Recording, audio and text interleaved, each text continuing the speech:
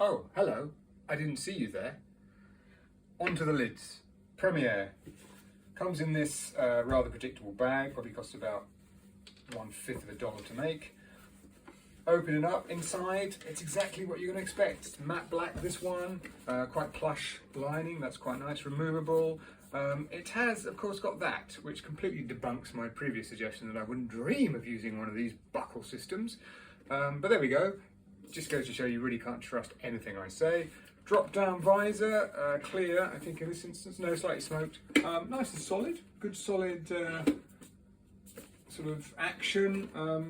It doesn't clip anywhere specifically, but you know, it does the job. No goggle strap, again, complete nonsense. Clearly not something that I have to have, I insist on having on every helmet.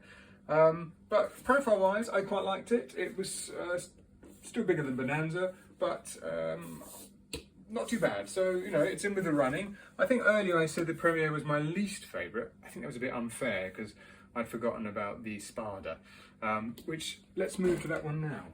Spada, not just a black bag, a blue and black bag. So that's pretty exciting. Let's have a look. See, immediately, it's just not quite right for me. If you pick the visor up, it's sort of okay. It's got a bit of a curve. You've got a definite watermelon thing going on, at least from the front sort of viewpoint. Again, padding quite nice. Pretty sure it's removable. Oh, it's not really what I'm talking about with these videos. Again, it's like, I shouldn't say anything because obviously everything I say is complete nonsense. Why would I order that when I'm so specific about a D-ring? Silly. So, not integral, again, so external visor, so again, something else that I clearly don't know what I'm talking about, but tried this on. This was the least comfortable for me, so yes, it was too small, but it just felt wrong on my head, which is funny because the Rays of earlier fame is actually really comfortable. They've obviously changed the profile. You can see they're completely different shell design, so that's probably something to do with it. This one's trying to look a bit futuristic. Maybe it's taken a note from Tron or some other sci-fi excitement. I much prefer the simpler look, so that really had very little going for it. I will try these on in the final video and you can rate how ridiculous I look from 1 to 4 or 1 to 10, you choose the numbers. HJC, world's #1. Haven't yet Googled that, so I'm not going to doubt it, I'm just going to wonder about it. Black bag, theme. Look, it's okay. I mean, is it that different from the Premier? Yeah, you can see immediately it's quite shallow. It's not as domed as the Premier, but I can't actually remember what that was like on my head. I will try it again.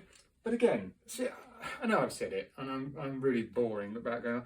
Out of the 4 helmets, one of the things I said, I simply couldn't have this type of buckling system on a helmet.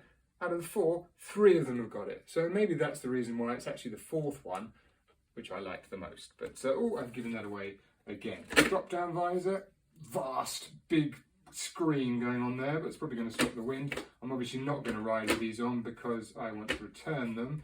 It's a little bit dodged, there's quite a lot of air gap. I'm not sure it's going to come down that far. But too wide for me, too small up here and too baggy side to side. But subjective, that's my head. So, you know, look at it. You might be able to look at it and say, that's not a normal looking head. So maybe that's why I didn't fit any of these.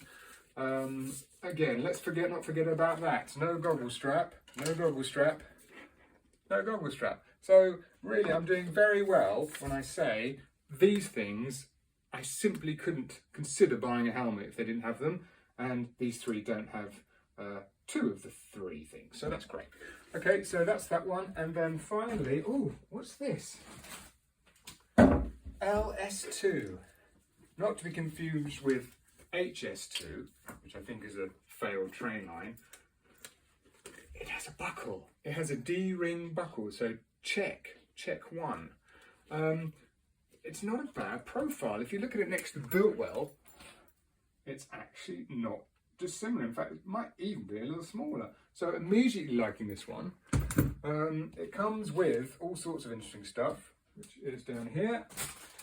A peak, which other reviewers have said rattles around in the wind. I don't know if you really want to wear a peak unless you're riding off-road, don't really know the purpose. some kind of cloth, and oh, and a second clear visor as opposed to the one in here, which is sort of tinted.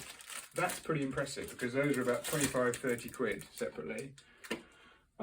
So liking this. This is grey. It does have a grey name, but I can't remember what it is. It also has the goggle strap. So really, this one is rising head and goggle strap above the others. It's magnetic, which is actually quite nice. There's something quite pleasing about that. Mentioned the D-ring, that's great. Instead of the traditional way of just threading it back through and then securing the loose bit, this has a magnet, so that sort of clips up on there and stays in place, I'm assuming. Not entirely convinced about that, but you know, goggle strap, I'm willing to overlook the flappy magnet. So, final video of this fascinating series. I'm going to wear them all and you can see what you think. So, thanks very much.